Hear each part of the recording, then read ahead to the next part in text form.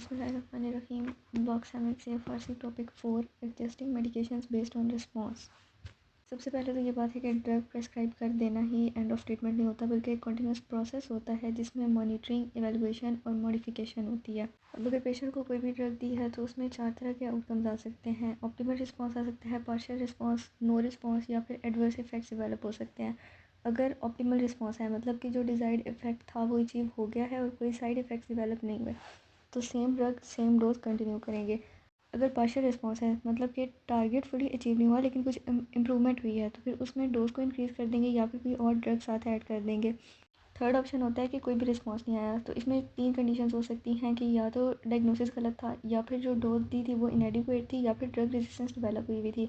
तो इसमें डायग्नोसिस के रीएवैल्यूएशन से स्टार्ट करते हैं, डायरेक्टली सिर्फ डोज को इंक्रीज़ नहीं कर देते।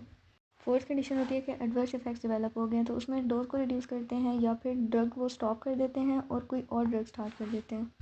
अब ये डॉक्टर की रिस्पॉन्सिबिलिटी होती है कि वो इन आउटकम्स को देखे और फिर अप्रोप्रिएटली रिस्पॉन्ड करे। अब अगर स्टेप बाय स्टेप देखें तो सबसे पहले जो होता है वो थेराप्यूटिक गोल डिफाइन करना होता है। अगर कोई थेराप्यूटिक गोल ही नहीं होगा तो फिर ये डिसाइड नहीं कर सकेंगे कि हमारे पास ट्रीटमेंट सक्सेसफुल है भी या नहीं, या फिर हमें कोई मॉडिफिकेशन चाहिए या नहीं। हर डिज़ीज़ के लिए डिफरेंट थेराप्यूटिक गोल होता है कि जैसे अगर हाइपरटेंशन का पेशेंट है कोई, तो फिर उसमें थेराप्यूटिक गोल ये होगा कि जो ब्लड प्रेशर है वो कम करना है। डायबिटीज़ के लिए HbA1c टारगेट होगा, और अगर इन्फेक्शन है तो फिर उसमें टारगेट ये होगा कि फ़ीवर रिड्यूस करना है और जो सिम्टम्स हैं वो इम्प्रूव होने चाहिए। उसके बाद पेशेंट को मॉनिटर करेंगे। 3 तरह से मॉनिटर कर सकते हैं। क्लिनिकल मॉनिटरिंग हो सकती है जिसमें देखेंगे कि सिम्टम्स इम्प्रूव हुए हैं या नहीं और वाइटल स्टेबल हुए हैं या नहीं। अब अगर पेशेंट हाइपरटेंशन के साथ था तो उसको एंटी हाइपरटेंसिव स्टार्ट करेंगे। उसके बाद ब्लड प्रेशर मॉनिटर करेंगे रेगुलर बेसिस पे। अब अगर जो ब्लड प्रेशर है वो हाई ही रह रहा है, कोई इसका रिस्पॉन्स नहीं आ रहा ड्रग का, तो फिर डोज इंक्रीज़ करेंगे या फिर साथ में कोई और ड्रग ऐड कर देंगे। इसके अलावा लैब मॉनिटरिंग हो सकती है। इसमें लैब पैरामीटर्स देखेंगे, जैसे डायबिटिक पेशेंट है तो उसमें ब्लड ग्लूकोज लेवल देख सकते हैं। वारफिन कोई पेशेंट यूज़ कर रहा है तो उसमें INR देख सकते हैं। लिवर फंक्शन टेस्ट करा सकते हैं कुछ ड्रग्स के लिए।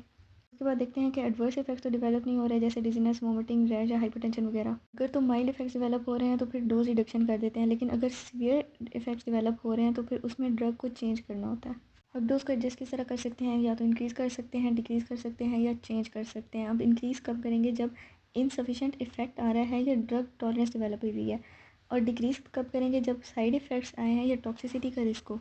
और ड्रग चेंज कब करेंगे, जब बिल्कुल ही कोई इफेक्ट नहीं आएगा या फिर एडवर्स इफेक्ट्स डेवलप हो गए हैं। मेडिकेशन एडजस्टमेंट डिजीज़ स्पेसिफिक नहीं होती बल्कि पेशेंट स्पेसिफिक होती है, इसलिए जो फैक्टर्स इन्फ्लुएंस कर रहे होते हैं उसको वो पेशेंट से रिलेटेड होते हैं, जैसे कि पेशेंट की age, renal function, liver function, body weight, drug interactions वगैरह।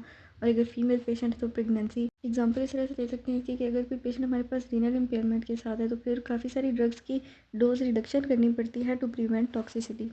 मेडिकेशन एडजस्टमेंट की अगर इंपॉर्टेंस देखें तो ये प्रिवेंट करती है ड्रग टॉक्सिसिटी से, ऑर्गन डैमेज से, हॉस्पिटलाइजेशन से और ट्रीटमेंट फेलियर से। अगर ओवरऑल हम इसकी एग्जांपल देख लें तो ये केस है, इसमें 55 ईयर ओल्ड मेल पेशेंट है जिसको हाइपरटेंशन डायग्नोज हुआ है। उसके जो ब्लड प्रेशर है 170/100 है। अब उसका ट्रीटमेंट स्टार्ट हुआ है with amlodipine 5 mg once daily.